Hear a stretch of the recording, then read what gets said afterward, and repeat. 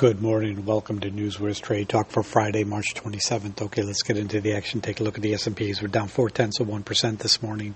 It's really the U.S.-Iran peace talks dominating the headlines again this morning. Late after the close yesterday, President Trump announced a 10-day extension on the hostilities. But the sentiment is still cautious because the Pentagon is reportedly considering deploying up to 10,000 additional ground troops.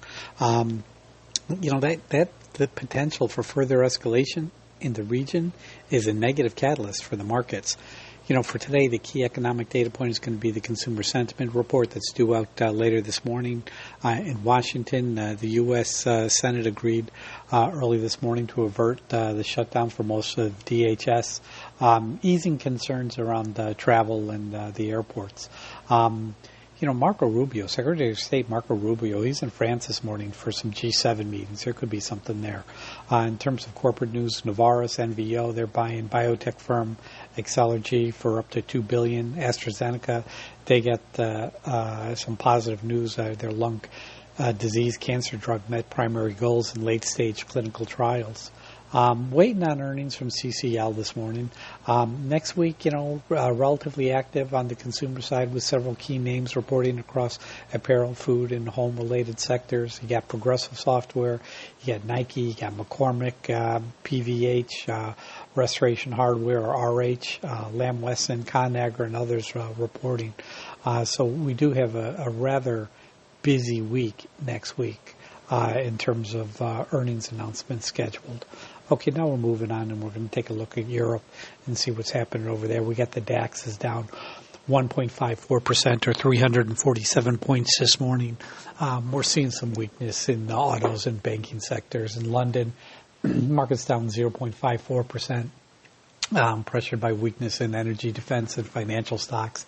The CAC in Paris is down about 0.9%. Energy and luxury stocks are under pressure this morning. Asia was more mixed, though. The Nikkei fell 230 points, or 0.43%. With weakness in the financial sector, but Hong Kong, the Hang Seng actually rose 0.38%. Which was positive, and in China, rose 0.63% because they had their industrial profits data out of China surged 15.2% year over year in January and February, which signals improved earnings ahead for the manufacturing sector. And then we're taking a look at oil this morning. Oil continues to climb. We got oil trading. You got WTI trading up 2.56%. to $96.90. You got Brent trading $111.22, up 2.98%.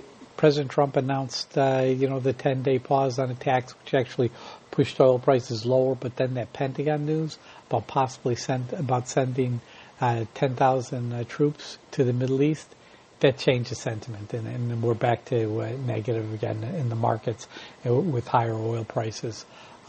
Moving on to earnings, CCL, we're waiting on Carnival Cruise. Next week, calendar's active. Progressive Software, Nike, McCormick, PVH, RH, LW, CAG are all scheduled to report. In terms of economic news, the key report is the consumer sentiment report that's due out after the opening bell this morning at 10 a.m. But at 1 p.m. you get the Baker Hughes rate count. But, then you get more, you got a heavy dose of Fed, Stevie. At 11 a.m., we're going to hear from Richmond Fed Bank President Thomas Barkin. At 11:30, we're going to hear from San Francisco Fed Bank President Mary Daly. And then 11:35, Philadelphia Fed Anna Paulson will be speaking. Yesterday,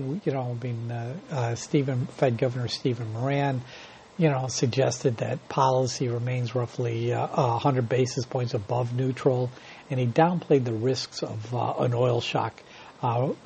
Feeding into inflation. Lisa Cook, on the other hand, she struck a much more cautious tone, indicating that the risk of inflation has increased due to the Iran conflict, particularly as higher energy prices begin to influence the broader price movement. And we're seeing that. The inflation has been higher. You can make all the rhetoric you want, but the numbers don't lie. Okay, now we're moving over to the markets, and we are seeing a lot of negativity this morning. Apple granted out-of-cycle bonuses to iPhone designers, kind of positive, keeps them in the fold. And then the European, we heard from the U.S. ambassador to the EU, and he came out and he said the European Union must reduce their regulation of U.S. tech companies if they want to participate in the next wave of artificial intelligence, which is going to be leading the U.S. economy over the next few years. So, that's a big one.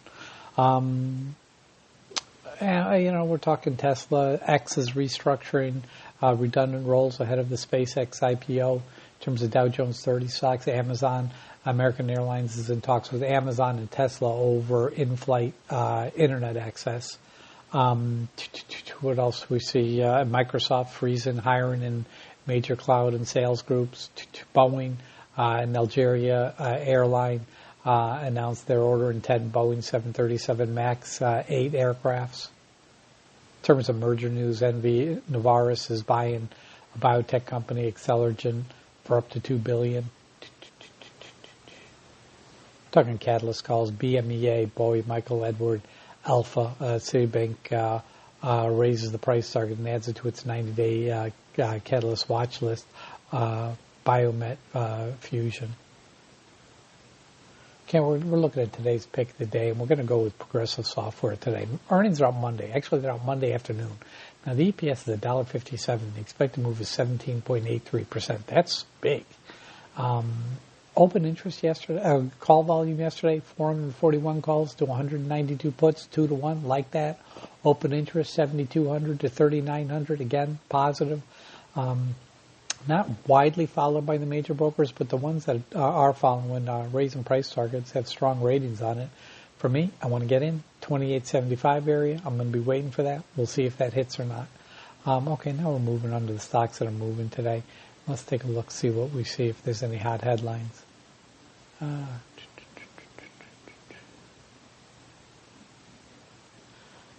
The ICE Intercontinental Exchange has announced a $600 million investment in Poly Market.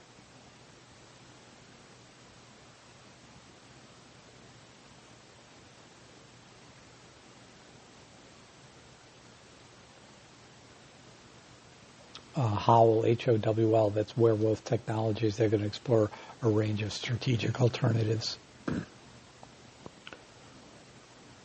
Rocket Pharmaceuticals, RCKT, they get the FDA approval for Kisala.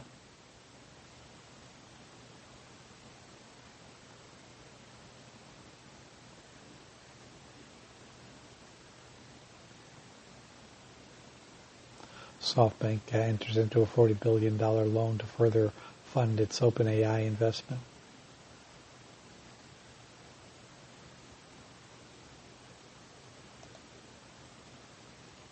HIMSS, they say a wide range of Novo's GLP-1 meds are now available on the site.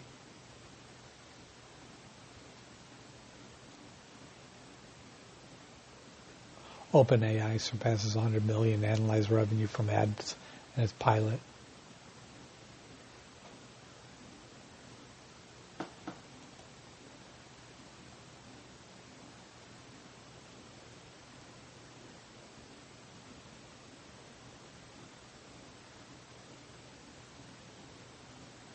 That's all I'm really seeing this morning.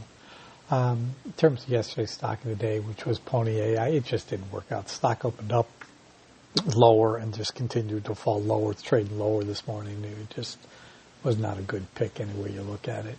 But that really concludes today's podcast, traders. But you guys know what to do. Let's go out there and let's make some green.